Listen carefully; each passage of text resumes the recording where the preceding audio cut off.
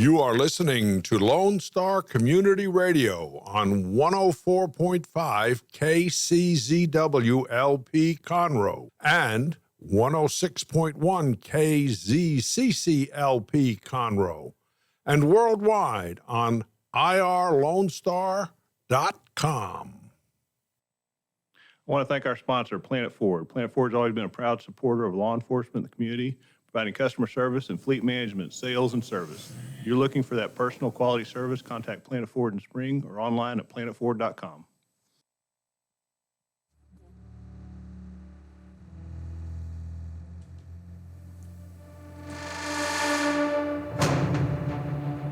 You're listening to Crime Scene Today. I'm your host, Dan Zientek. We discuss current and future law enforcement, forensic, and crime scene investigation issues going on. Today, joining me, we have Deputy Michael Fulton and Sergeant Ken Washington from Montgomery County, Constable Precinct 3. So I invited them on to discuss, as we always do, some current topics happening in the news and such, but specifically from the ranks that they hold.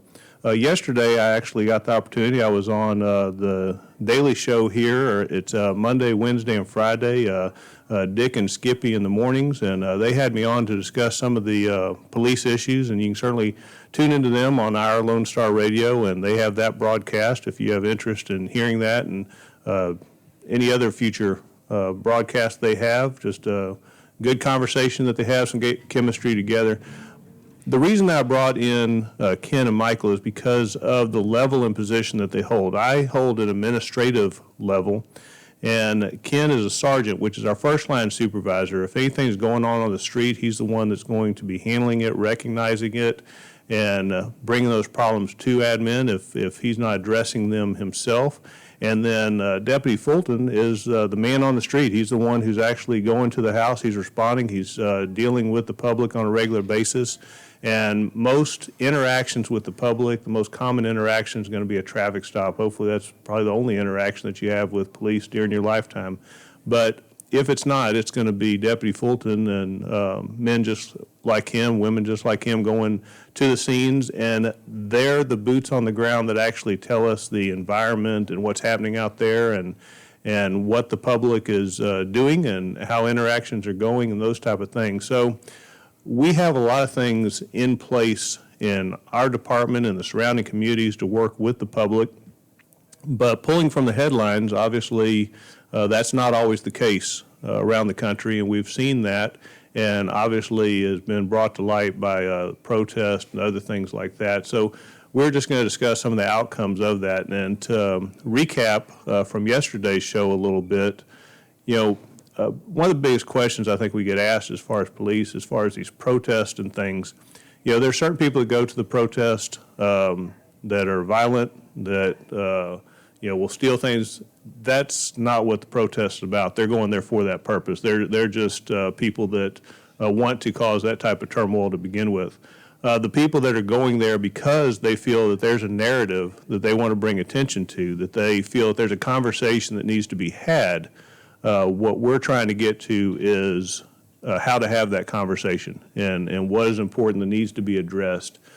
So to bring that to light and to have those conversations and what they feel need to happen. Now, some things that have been thrown out there. I'm sure that y'all have heard some of these terms, the defund the police, right?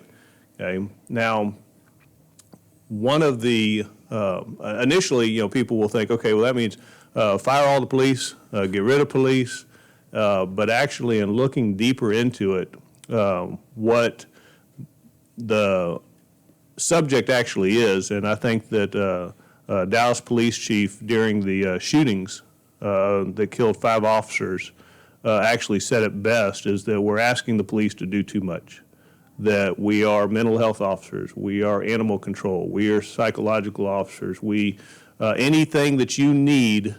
Because the police are out there, we're being tasked to do it. And so many are questioning, should we get back to policing? Is there a core foundation of what the police can do that no one else can do, and that's what they should be doing? And if that's the case, then obviously there's other programs, meaning that there's programs that don't exist. An example even here in Montgomery County, we have Precinct 1 Constable's Office that responds to mental health. There's only a couple of officers that do so. If you were to grow that division or add those type of officers, that would require funding. So when they say defund police, it's looking to grow those programs in some way and pull it from other areas. I'm not sure that's a solution because when we look at our budget, as we look at it, it's not so much that because we respond to certain things is what's costing money. It's just taking up our time in those areas. I know when I was doing EMS work and something that changed along the way, when I was in EMS, if you had a diabetic that was combative or you had an overdose that was combative, as a medic, you just went. It wasn't police going there, you took care of it. Now, if it got out of hand, certainly that's who we were calling, was the police. But even now, and again, it changed probably in the 90s, that EMS and fire were waiting. And we've heard on the radio many times, is the scene secure? Well, which meant the police were going to wait till they got there, secure the scene, and then EMS and fire coming in. So as far as opinions on this, I mean, what are some type of calls? I mean, what are some things? I mean, it seems that we're always tasked with it because we're out there, right? Mm-hmm. You know, I mean, that's the common, I say problem, but it's, you know, when something needs to be addressed, well, the officer's driving by, he's already out there, no one's having to respond. And so I guess the issue that I see is all these sound like some great ideas to focus some better resources on truancy, on child abuse prevention, on adult abuse prevention, mental health, and all that. But at what point are police going to have the authority that when you call and say, I need the police for this, we say no, because that's not our job, right? So I don't know if we're going to get to that point under this whole idea. So now on the sergeant level, Ken, I mean, obviously some things that you're seeing out there, some things that your guys are dealing with or whatever, you know, what do you feel are some things that I guess are affecting us? We don't really see the problems down here. First, thank you for having us on the show today, Captain Z. The deputies on the street are extremely busy, especially here in the last couple of years. I think I've been up here for almost 7 years after I transferred in from Austin and worked for a previous agency. Seen a lot of activity, you know, where you're responding to calls and you know, the biggest thing you teach deputies is to be patient, because people don't understand. You may not be a subject matter expert in specific things, but you try to address it the best you can. You know, we just went through a round of burglary of vehicles and thefts at some of the local neighborhoods and businesses, so that was an issue. And then how you respond, sometimes people feel you took too long, you're not answering their questions in a timely manner, so on. And the guys are actually doing the best they can, but they're being over-inundated sometimes. And then when you throw into other factors, the deputies become stressed out. It's some of the things you see in some of the other local municipalities or counties. So as far as being a supervisor, you do the best you can as far as arriving on those scenes and addressing the general public's concerns, and the best you can, staying on top of it. But of course, you know, like anyone else, is that as we increase the number of persons in any said area, you know, you're going to have crime to increase also. And if you don't increase the number of officers at the same time to address those concerns, it can become problematic at times. You know, so the International Association Chief of Police head made a comment. It was in the Washington Post actually yesterday. And it said, law enforcement's the only profession where you get rocks, bricks, Molotov cocktails thrown at you merely because you're in the same chosen profession as someone else who did something horribly wrong thousands of miles away. You know, we are seeing the protest around the country in reference to the incident with George Floyd, which I have yet to hear any officer yet dismiss what happened, think that anything that happened was done properly, that didn't need to be charged as a crime. But again, it comes back to a broad brush again of, as we said, what's happening in New York. At no point would we say that we police here as they do in New York, as they do in LA, as they do in Chicago.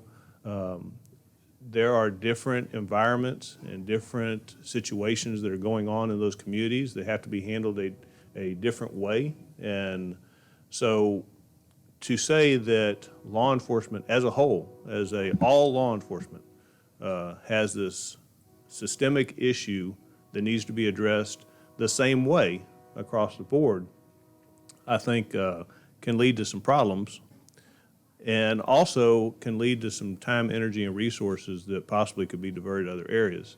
Now, so one thing that came up, Young, give me your opinion, and Michael, you're a street officer. It comes out, they're talking about saying no one can have chokeholds anymore. Okay, that's a big topic in there right now. As far as chokeholds are concerned to begin with, it's not a common practice, right? I mean, we don't just walk up behind somebody, grab them, and this is the first thing we go to.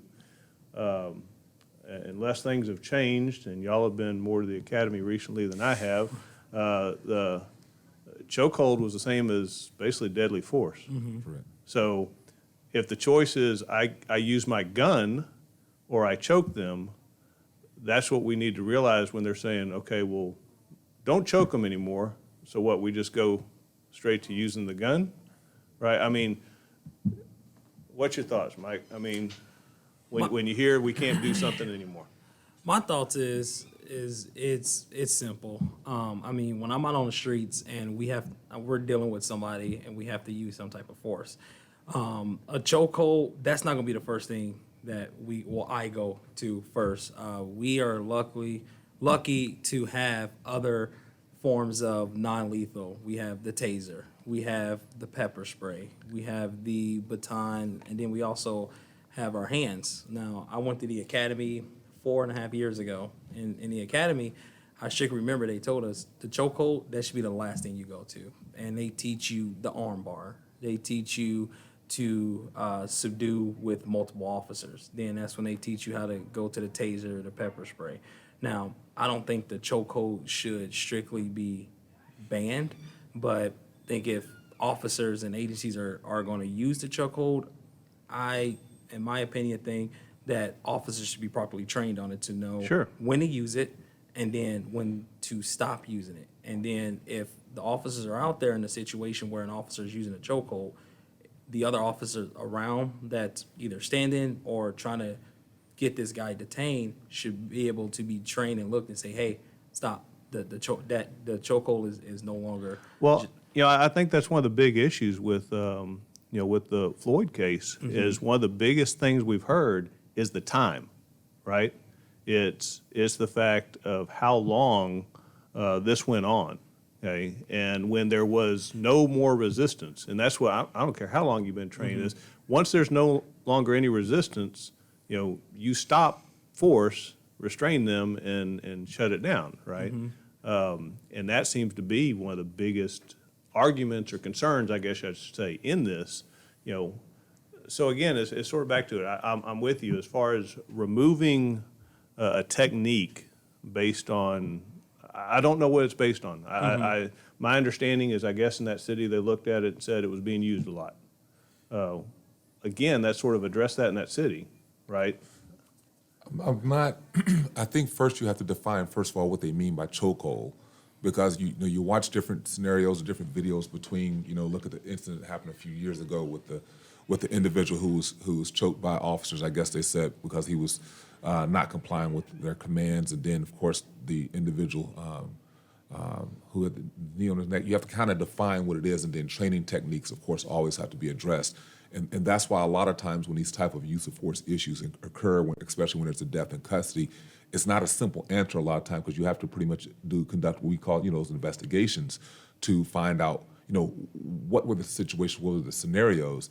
And we're in a society today where people want answers right away and immediately, and a lot of times they're not that easy to address right away. So that's why it takes a little time, and a lot of times a lot of agencies, for instance, the 3 I've worked for, you take those investigations away from that agency if it becomes a big deal, especially if there's a death involved, and an outside agency comes in to give some fresh eyes and independent investigation on that to address it, because now they're addressing if there was a violation of law as well as a violation of policy. And then, of course, the situation itself. So there's usually a lot more to it. So I think that's the first thing you have to address, especially in today's environment. Well, and I think that, there's a balance between the two. We've talked about transparency, right? That's a word we've heard in recent years, and the idea behind it's great. The idea behind it is that we show them all the cars, we're not hiding anything and whatnot, and I think that's certainly their interpretation of it. The problem comes on the legal side when we rush too quickly and file charges or release video that later we'd like to use in court, and we need to find a jury that's never seen this before, trying to find people that when they walk in don't have some type of preconceived notion as to this because, let's face it, let's talk about the very obvious one right now. Where are you going to find a jury anywhere that has not seen the video of George Floyd, right? I mean, I'm sure there's somewhere, but I mean, how far do you have to move that venue, right? And again, it's the balance. You have your citizens who you're responsible to, hollering and screaming, we want something done, and it's that balance between them not understanding the end result of what has to happen in the legal process. So again, it's that balance between the two that you talk about. So now, Mike, you've been doing this 5 years now, 4.5 years now. So obviously, getting into police work when you got in is much different than when I got in. Okay, so speaking from more of a younger deputy, so many people are questioning right now, why get into law enforcement, right? We're having trouble recruiting people, okay? It's I won't say it's not a desirable job, but I think many people look at it as now a job, right? It's just I can do this or I can do that, whereas before it nearly was like a calling to do something. So what do you see sort of from your age group and otherwise of getting into law enforcement at that time? What I see now is, because I'm 31 years old, still consider myself young. Right. But what You are. Go ahead. what I see now is people that's my age and a little bit younger, they're getting into it because this is what they wanted to do since they were little, like myself. I mean, I haven't really found anyone that woke up one day and says, hey, I want to be a police officer, so I'm going to go through the academy.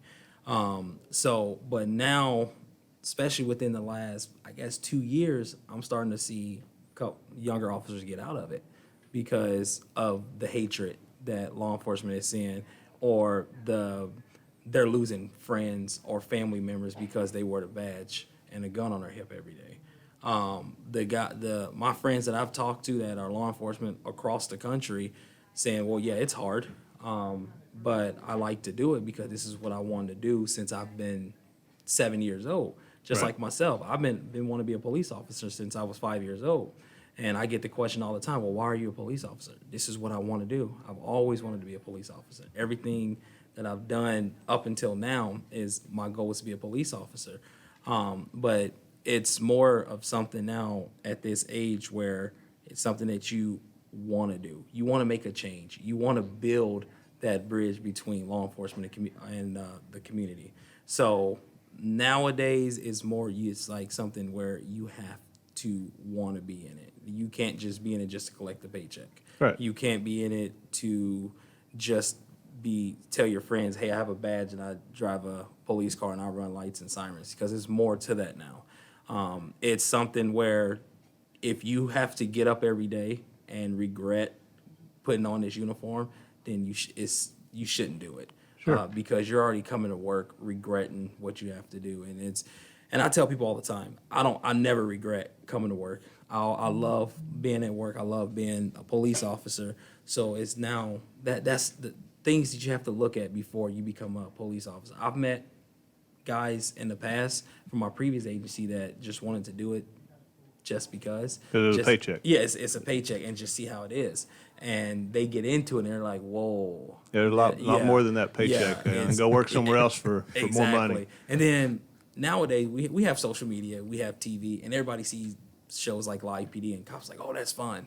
And I tell people all the time, that is only 10% of what we do. We have paperwork, we have all types of stuff that we have to do. So the younger generation now is thinking about, like I said, they're looking at it as, okay, well, do I really want to do this, or should I just go watch Live PD? See, now, did you realize, I just saw this yesterday, Cops, longest running show, was canceled yesterday. Yes. Live PD was yesterday. Cops was the day before. They canceled both of them in 2 days. So, Yeah. so they are canceled. They're done. Okay, so that's one of the things. So, so they can't do that anymore. If you want to see it, you got to come join the Yeah. force, right? So, and this may be more a personal question. So, have you lost friends over being a cop? I've lost friends. Yeah. I've lost friends from the 4.5 years that I've been doing this, because all of my, I guess I could say, true friends Right. that's known me since high school has known I always want to be a police officer. But I've lost friends just because I have a badge and a gun now. I've met people since I've been a cop, and since the recent events, they don't want anything to do with me because, like you said earlier, we're, as law enforcement, being associated with something that's happened thousands of miles away. And everybody, had a couple people was like, oh, well, you're part of the problem. I don't want to deal with that problem, so I don't want to deal with you. It's okay. So, yes, I've lost friends.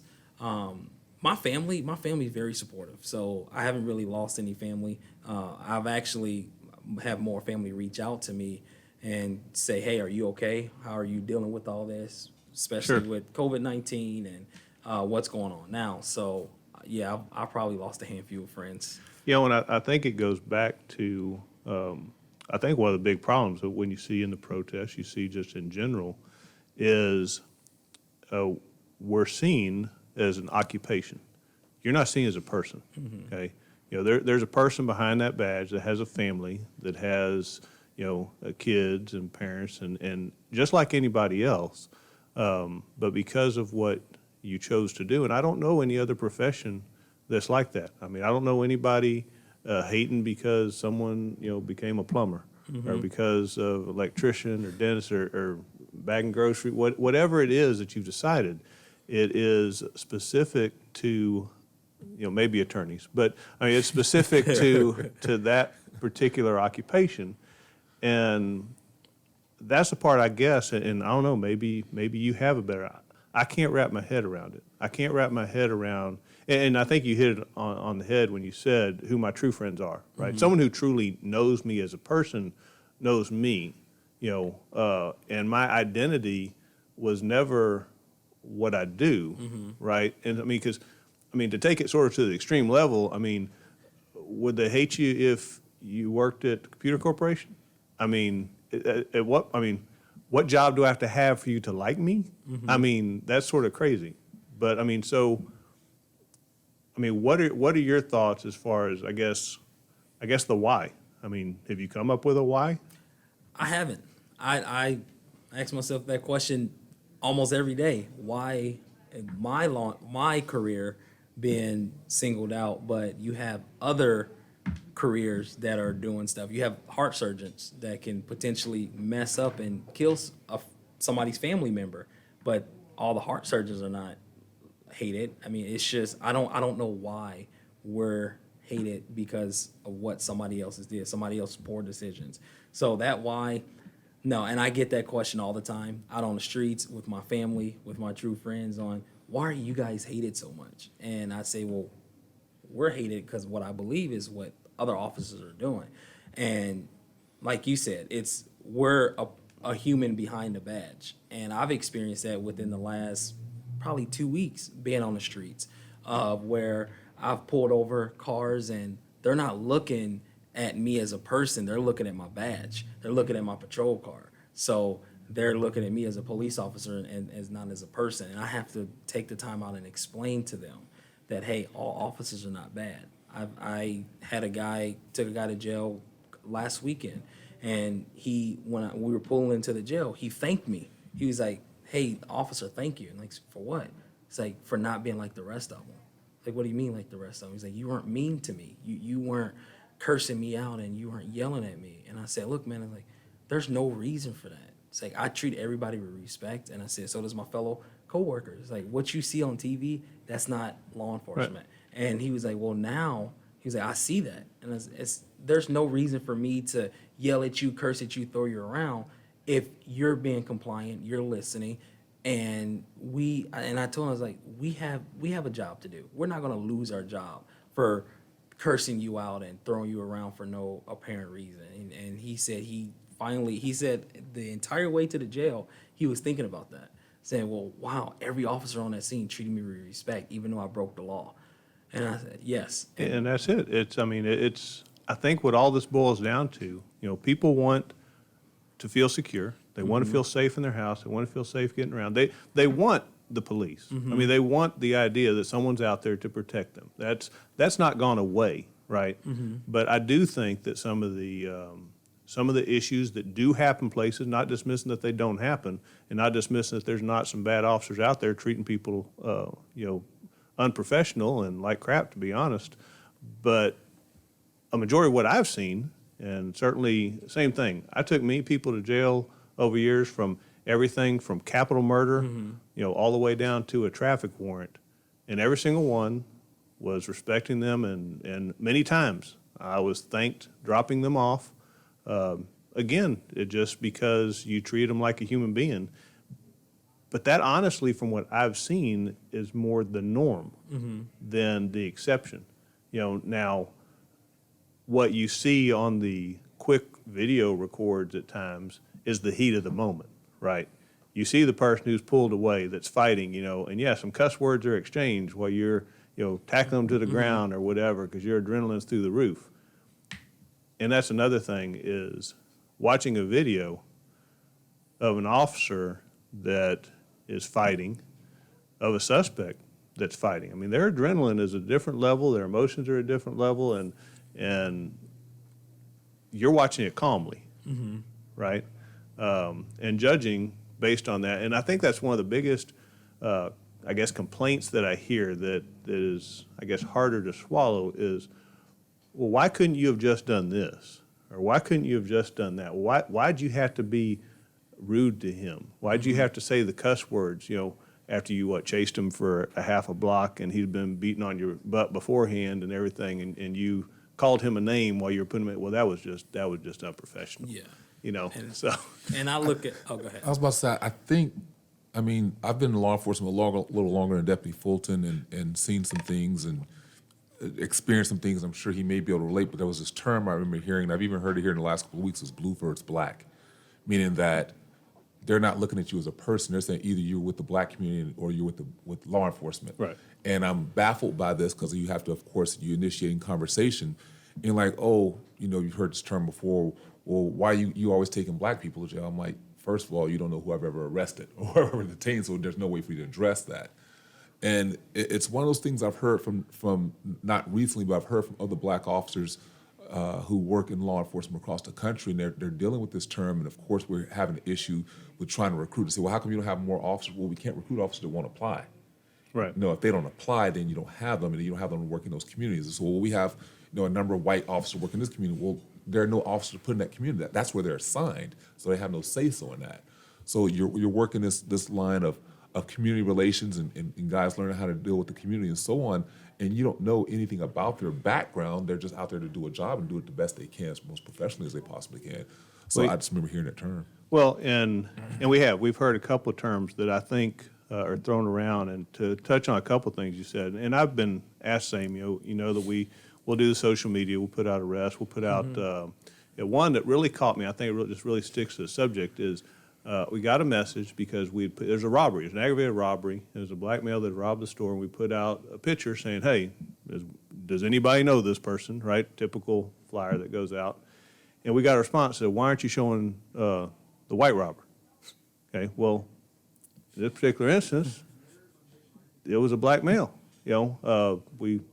We're not going to go and search for white males that were not on video in the store.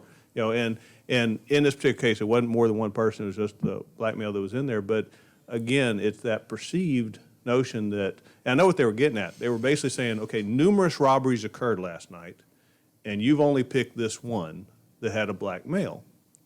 Well, no, there was just one robbery. if we had others, we'd be showing you those too. But then back to the recruiting aspect, and maybe y'all can give insight. So, and it's probably back to sort of what you talked about of people not want to be.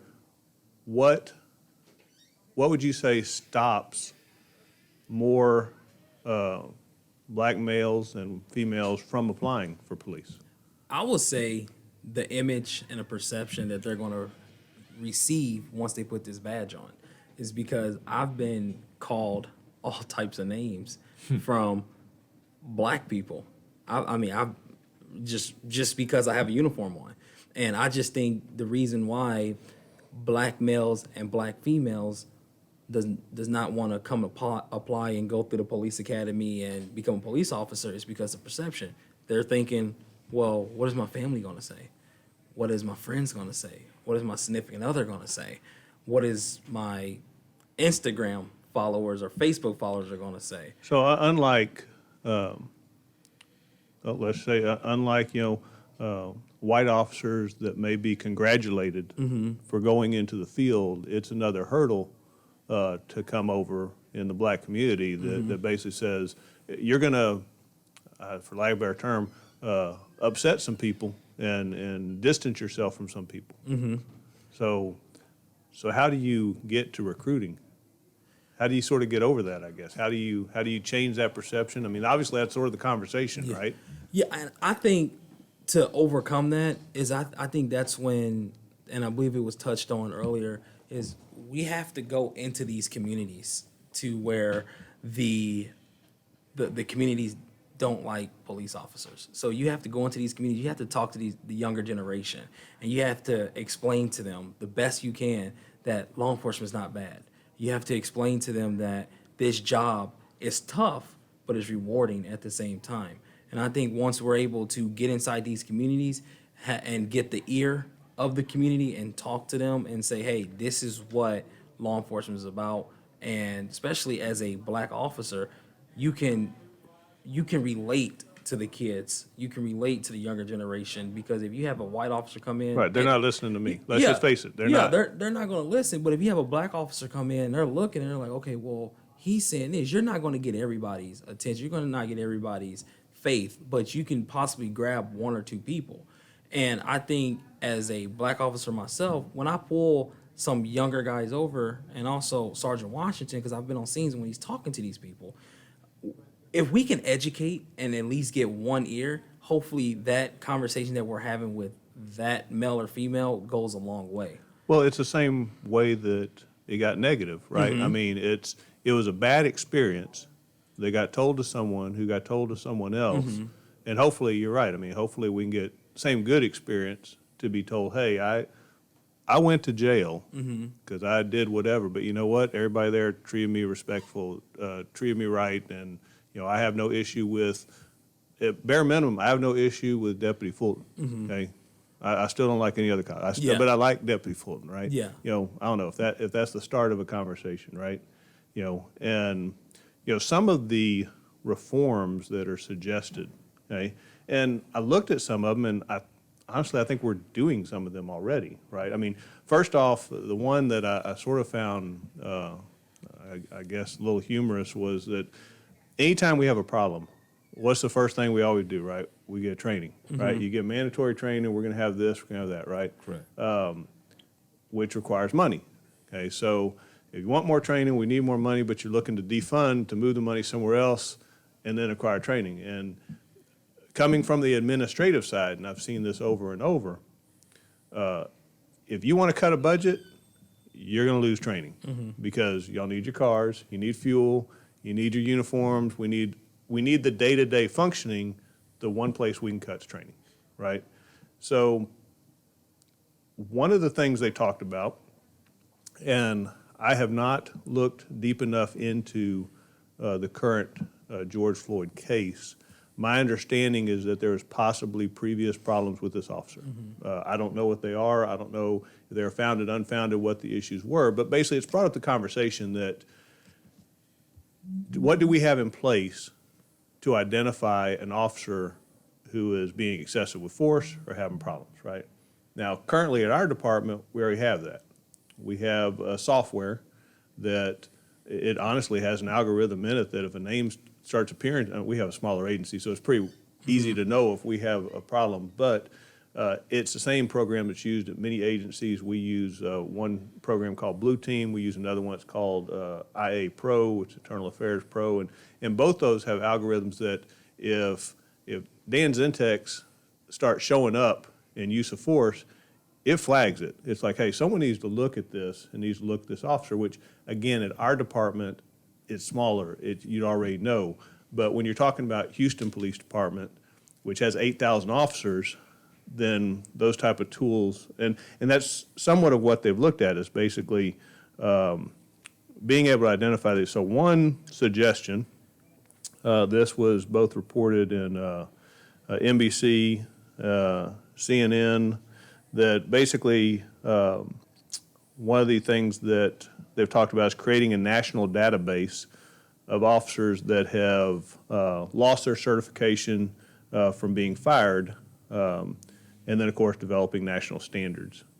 So, I don't know, what's your thoughts? You for or against the fact if someone's lost their job, that I'm gathering that it'd be an agency that another law enforcement agency could check.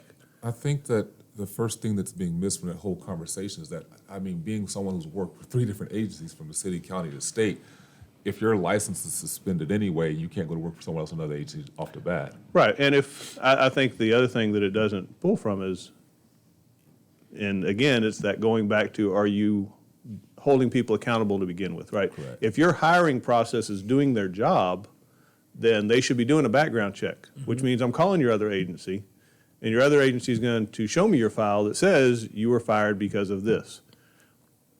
That, I believe, is where the problem lies, in that department then, they get to decide, is this reason he was fired a reason I'm not going to hire this individual? If that department says no, then don't be surprised 6 months down the road if he does that same action he was fired for at the previous department, right? Correct. So even if there's a national database, I'm with you. I'm not sure that it's going to change the hiring of some officers that maybe don't need to be on the streets anymore. And that goes to another argument of, are there enough officers, right? I want to say, I mean, there's certain things, obviously, you're not hiring them, because they've committed, but I mean, there's also, how picky do you get, right? And I'll use marijuana, for example, right? In the past, like when I came on in the early 90s, if you had ever smoked marijuana, you couldn't be a cop, okay? Simple as that, okay? Over the past couple of years, it was all right, well, if you hadn't smoked it in 10 years, if you hadn't smoked it in 2 years, if you had, I mean, I think we're up to 1 year. I mean, maybe in a little while it's going to be, did you smoke it in the car before you came in to apply, okay? I mean, it's so, but that slowly, as society has accepted that, that's sort of gone away. But again, that's not a use of force. That's not a hurting an individual or those type of things. But, so that's one of the things they've talked about. The other thing they've talked about is, of course, mandatory training. And whenever they talk about mandatory training, I think about all the training we currently have, right? I mean, we talk about mental health officers, but every single officer has to do 40 hours of mental health training. Why? Because we didn't have mental health officers, right? Every single officer, and I understand I'm speaking about Texas, right? But every single officer in Texas has to do the cultural diversity. Now, is that part of the academy now, or do you still take that after the academy? I heard it was part of the academy now, but I took it after the academy. So we have that. We have, what's the other one? There's cultural diversity, and then there's racial profiling. Racial profiling. I mean, and then after Sandra Bland, we had the de-escalation. Correct. Right? So we take the training, but we're still seeing the problem, which to me sort of goes to the fact of, we're training many officers, and I'm not against training. I think it's great to stay up on current topics and issues and to be educated. But if an officer is being violent. If an officer, some of the officers we've seen that have what we would consider bad cops, I don't care how much training you give them, okay? At no point were they like going to watch the training and go, oh, that was bad. I should stop doing that, right? I mean, that's just my take on it, right? I mean, and again, it goes back to that seeing it as a law enforcement officer versus a person. Everyone will accept that there's some bad people out there, okay? I mean, we've made a living off of it, right? You know, sadly, there's a small percentage of those bad people that want to be cops. And some of them become cops. And until you're able to find out who that person is and you start seeing their true behavior, because as we've also seen, many people can, fake it, right? Until their true personality starts coming through, So, we've talked as far as, you said, getting out in the community and building those relationships. And I think that's the biggest part. I think relationships are the prime thing. And again, we don't have it that bad here. And when I say that, I mean, is it yesterday or the day before, LAPD, someone actually severed a pig's head, put it on a stake outside the police department, okay? We have not seen anything like that here. But there's been problems in these agencies that, we talk about, are there problems that need to be addressed and that type of thing. And one thing I want to talk about was, again, things that are sort of already in place to address this, and they're called consent decrees. And what a consent decree is when an agency has had constitutional violations to the point that the federal government steps in and says, you no longer run the agency, we do, we're going to oversee it, and we're going to monitor this. So I print out agencies that are currently under consent decree. If you listen to some of them, they're sort of the ones that are popping up, right? New Orleans Police Department, Seattle Police Department, Portland Police Department, Detroit, Warren Police Department, Los Angeles County Sheriff's Department, Antelope Valley, and Maricopa County, Arizona. I mean, these are agencies that we've heard in the news, right? So when you see that there were already issues in which the federal government has had to take over and monitor their activities, are we really surprised that there's a breakdown between their citizens and the trust with those departments, right? And there's some departments that have improved that they have seen, and then in this same document that I found talking about these, there's some that they were evaluated and they found nothing wrong. And one of those was Austin Police Department. They found no constitutional violations. This is the Department of Justice Civil Rights Division that handles these type of investigations. So there's already something in place. I mean, now this is extreme. I mean, this is not where you want to get as a department. This means that you have had so many constitutional violations that someone had to step in and run your department. Okay, hopefully, but I don't believe that you got to this point and no one knew, right? So it's what do you put in between that sort of catches those type of things. And, we have our monthly meetings with sergeants and officers talking about deputies' needs and make sure they have everything. I think another thing to address during this time is, as you said, just the fact of being a police officer, you've lost friends, there's people who think negative of it.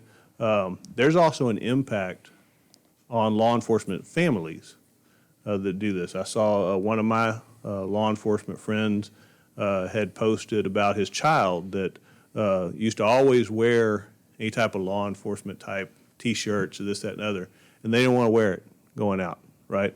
And it wasn't out of embarrassment of police. It was being scared that something was going to happen to them because they supported the police. And just the same as the kids, even though every day we go to work, have the uniform on, and we tell the kids bye, we know what we're walking into, and they know what we're walking into. Being in a police officer's family, you know this, but this has really brought to light of this could really happen for no reason. We've always accepted you may go to that family violence, you may be handling that robbery suspect, you may be handling a situation, a traffic stop that goes bad and lose your life over it. But we never really considered, at least I didn't when I got on, that you're just sitting in your car eating your Whataburger and someone walked up and kills you just because of the profession that you decided to go into. I think to piggyback on what you just said, I mean, being on an honor guard since I've been here presents a different perspective. It's reminiscent of when I was coming home from Iraq and Afghanistan and seeing the soldiers sent home in the boxes after they were killed in the line of duty, and then you see their families when you're at the funerals. Been these honor guard ceremonies, and I remember specifically Deputy Goldford. It's extremely tragic to see the effect on the family, and a lot of people don't get to see that human dynamic unless they attend those funerals because they're only used to seeing the officers day to day, like you said, on a traffic stop. So it's a different dynamic unless you understand that officers are people, and we have some bad officers like we have a lot of good officers. And that's something that people just don't keep in mind when they're making these broad statements across the board about police officers and the job that they do. And when we talk about our families, and all of us would say, that's off limits, right? I mean, we do our job. You don't like us, fine. We sort of accepted that coming in. However, so in the Associated Press yesterday, they have talked about that personal information police officers department nationwide is being leaked. So basically, there are some activists that are out there that are trying to post personal information, meaning home addresses and information about families, for the purpose to go and attack or do things against law enforcement officers' families. And again, I would like to believe, I hope to believe that is such a small percentage out there of people that think that way. But again, it's not something any person, any profession should have to accept that you're endangering your family because of a profession that you chose. Then in Austin, just yesterday, they also had interference with police radio communications website networks for law enforcement amidst the protest. Again, the problem with that is now you're stopping other people from getting help, right? I mean, stopping radio communication, stopping the ability to communicate with the police, sadly, you're not causing damage to the police, you're causing damage to the community. They can't get to the people who need them, who are calling for them, who are seeking the services that they provide. That's very dangerous. And again, I can't wrap my head around some of it, And so, as we're wrapping up, the biggest thing that this brings up is obviously whether we have as big of a problem here, there's certainly a conversation that needs to be had. So I guess, and maybe y'all know, maybe you don't, what is the conversation? I mean, who do you have the conversation with? Now, you talked about meeting with kids as far as recruiting and that type of thing, but who do you think you would seek out to try to have the local conversation, and what would that conversation, I guess, start with? That's a good question. I believe the conversation should start with the local leaders in the community, along with that community, especially the community that has a huge problem with law enforcement. And that conversation should start, in my opinion, with our everyday duties of what we do and why we do it. And then it should come to the point where talk about our training, because we talked about it earlier with the videos. That video is only showing a scope of what's going on. So the community needs to understand that there's a reason why law enforcement was at that house, conducted a traffic stop, stopped that person on the street. So I think it should start locally and then go up from there. So with our constables, our chiefs, and they talk to the city council, the HOA boards, and we go from there. So that way we can start. The conversation has to start somewhere, and I think it should start local and move its way up. Well, I agree, and I think that, you talk about the chiefs administrators, but, I think to a point it has to be, and like you said earlier, I don't know if we were on the air yet or not, but law enforcement needs to be in the conversation, right? Currently, they're not. I say they're not. I mean, we have some people that are advising, but many are congressmen and women. Many are lawyers. Many people are deciding what law enforcement should do without having an idea of what law enforcement already does. They have an idea of what, there's some negative areas that need to be addressed, but they're just throwing out answers without a whole lot of knowledge otherwise. And so I think that beyond the extreme leadership of your chiefs and constables and sheriffs and those type of things, I think that sergeants, deputies, and those, because I can promise you what you're dealing with currently on the street, okay, is going to be more impactful than me, who is overseeing what you're doing on the street, right? But I think, and hopefully, at the end of all this, as much has come out of it, I hope at the end it at least starts that conversation, right? That at the end, a person can get a job and is not chastised for the career that they've chosen, and doesn't lose friends, and doesn't have to make that personal choice of a profession that they really want to do, that is honestly an honorable profession, and many people do a great job at it. There's a small percentage, in my opinion, that have made us look bad in certain areas. And I know there's numerous opportunities out there. I know agencies that hold citizens police academies that you can come out, talk to the officers, and actually ride with them, and you do a small academy and really learn what police officers do. You can, at any time, come by your station. Actually, they're people. You just stop by, say hello. They'll show you the car. They'll have a conversation. I know here we do something called Coffee with Cops, and we'll go out in the community and meet for those type of things. But I do think that we need to get to the point where we don't expect them to come to us, right? We don't expect them to come to the CPA, to come to the Coffee for Cops, to come by the station. We have to go to them and have that conversation in their arena. And hopefully at the end, we'll have less of these communication problems, because I really think that it boils down to communication and accountability. As we wrap up, any thoughts from y'all as we close out for the day? Well, I mean, we'll keep doing what we're doing every day. Big thing I push the deputies continue to be professional and encourage them to meet people and talk to them when they can. And, we'll work through this. There are always ups and downs in law enforcement. The biggest thing is to stay and ride the current deal. We'll keep working. Well, I certainly appreciate y'all coming in, y'all's advice, opinions, and experiences, and certainly from, again, the different levels from sergeant to patrol deputy and your personal experiences. So, again, thank you so much.